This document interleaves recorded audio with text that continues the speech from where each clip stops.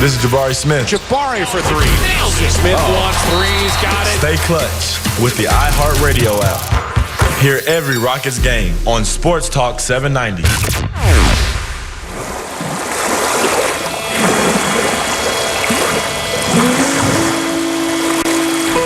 It is the A-Team, Sports Talk 790.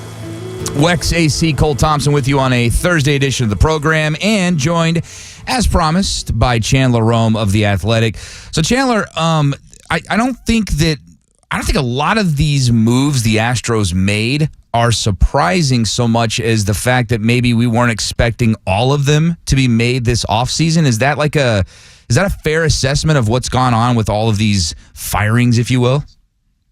Well, I think you had to know changes were coming, especially when, they can paint it how they want, but taking a week to decide whether you're going to bring your manager or your GM back, that's the first sign that things are probably, there's some uneasiness and some tension and some things that need to be resolved in the organization. So once they made the decision that Dana Brown and Joe Espada were going to continue in their roles, you kind of knew that they couldn't just run it back as it was, both on the personnel side and, on the coaching staff and the staff side. So, I've kind of said my piece about the offense and about hitting coaches in general.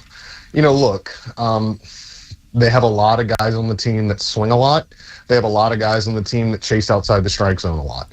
They have a lot of guys with a similar offensive profile. And when they got hit with a bunch of injuries this year to the guys that are not that profile, you saw what happened. So, is bringing in two new hitting coaches going to just completely revitalize the offense? I don't believe so. I think maybe what I took more from the moves today is, you look at Troy Snicker, Alex Centrone, Michael Collins, and Jeremiah Randall, even the head trainer, they've all been with the team since at least 2018. It's a group that is very much the same. Like, not much has changed here other than, a couple managers and the GM office has changed, but the coaching staff and the philosophies and the voices have stayed the same. I wonder, honestly, if they were just looking to shake it up a little bit, like see if a different voice, see if, a different set of eyes, a fresh set of eyes can maybe help them unlock some stuff. But, that's kind of the main thing I took away from it. I'm not sitting here saying that they're going to go hire two hitting coaches and they're going to lead the league in OPS next year. It's more than that. Like, it's not just as that much of a quick fix. And the other part of it with that, you are who you are, and these are the players that were acquired over the years or developed over the years. How much I'm very hesitant to blame hitting coaches, the ones that get fired mid-season. It's even worse. It's usually not on them for the vast majority of the issues that you have.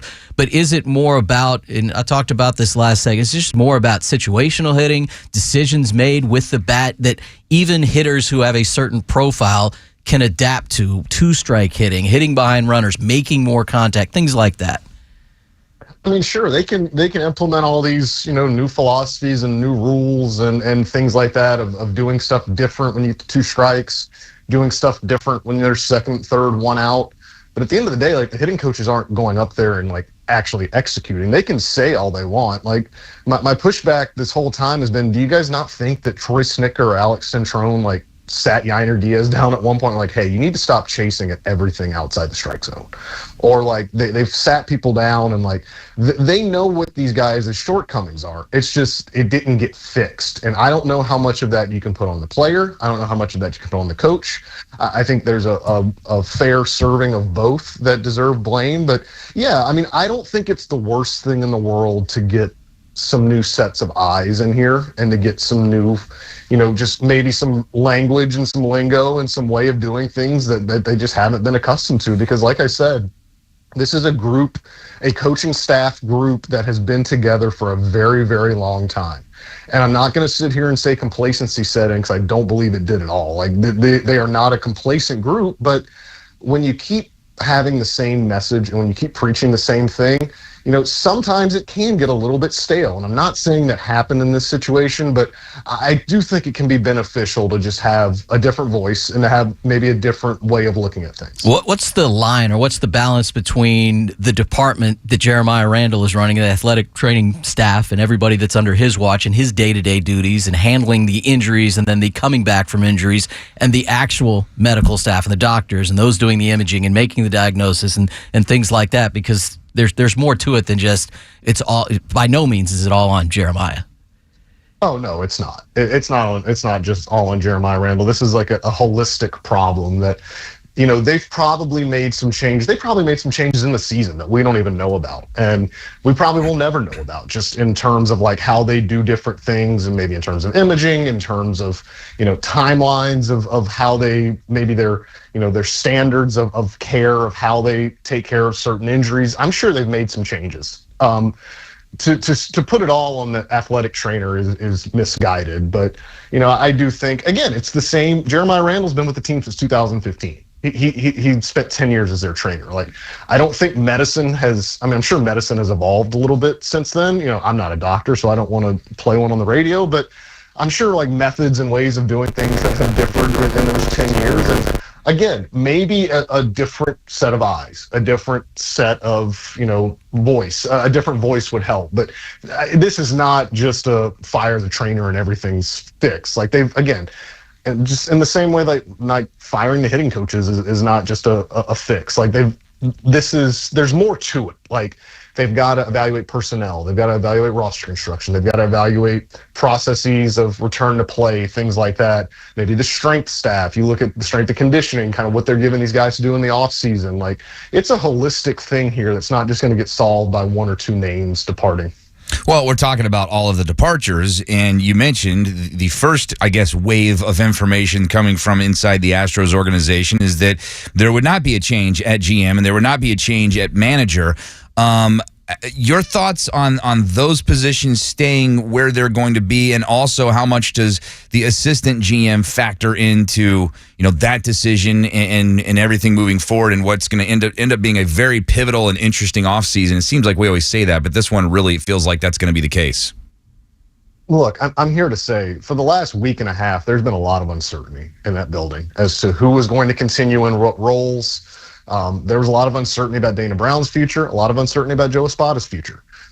This was not a situation where they just everyone's, they're making too much out of this. No. Like, there were people in the building that did not know.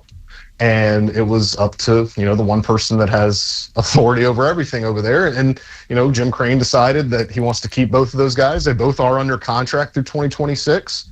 I think the interesting thing now that, they have to hire at least 3 coaches. Joe Espada's contract is only through 2026. Like, you kind of get into the college football recruiting thing. Remember how lame duck coaches can never recruit, right? Because you'll get negatively recruited and things like that. Like, I do wonder how that's going to impact their search for coaches. Like, how many coaches, want to come work for a manager that's only under contract for 1 year. So there's a lot of layers here, and it's, maybe just scratching the surface as to, some things that are going on. But yeah, they're under contract, and it didn't surprise me just in a vacuum that they both came back, because I think I've talked about it on here. I don't think you can blame either of those guys specifically for this team not making the playoffs. But there was certainly some tense days over there within the last week. You were asking about, I don't know who would come to work for a lame duck manager. I would say a very ambitious coach. If they want to look at it as an opportunity, I guess, right? Sure, but how often does that happen, right? Yeah. How often in baseball do you see that happen? Where hot shot, this isn't like U of H going to hire some 22-year-old Cliff Kingsbury disciple to come be their OC, and then when Willie Fritz bottoms out, they can just elevate him. It's not really like that sort of thing. But yeah, look, there's only so many of these jobs available. They're going to find coaches. Don't worry about it. But I just think that adds another layer of complexity that maybe didn't need to be there. Interesting stuff for the Astros and interesting stuff around Major League Baseball that we're always keeping an eye on, as are you. Chandler, we appreciate the time. We'll look forward to more of your good stuff in the Athletic, and we'll catch up again soon. I was at the Rockets game last night. Is Reed Shepherd really that team's point guard? Well, I was going to ask you if you had any thoughts on the Rockets or the Texans before we let you go. KD is so skinny. Oh my God, he's so good though. Thompson's better than him, but like, oh my goodness, KD's very skinny in person. Wow, that's a little hot take from a Chandler on the way out. Bounces around, dunks the ball, passes the ball, does things we don't often see, but probably not better than Durant. But that's okay. We got a whole season to figure it out. They should let him run the point. We have already talked about that. It's a very astute observation. With Reed Shepherd on the court, I do think other players are actually running the point. He's technically the point guard, but we're in positionless NBA now. He's the shooting guard. He runs down the court. When somebody else brings it up, he hangs out behind the three-point line, runs around without the ball, and hopes they find him for an open three. I think we'll see a lot of that this year. There you go. That's kind of like what he did at Kentucky, right? He actually did even more there for his one season there, and remarkably turned that into, the number 3 overall pick in the draft. But in the SEC, it just means more. That guy was a number 3 overall pick in the draft. Man, it's good stuff, isn't it? I need to brush up on some NBA. Damn. Well, baseball season isn't obviously over, and really it will never end with the meetings going on, and there will be major changes this offseason. I'm sure we'll need to check in on the free agent status of Kyle Tucker and Alex Bregman in a couple of weeks. For sure. All right, thanks, guys. Chandler Rome of The Athletic here on Sports Talk 790 will react to what he had to say and more when we wind down the 2 o'clock hour coming up next. The A-Team on Sports Talk 790.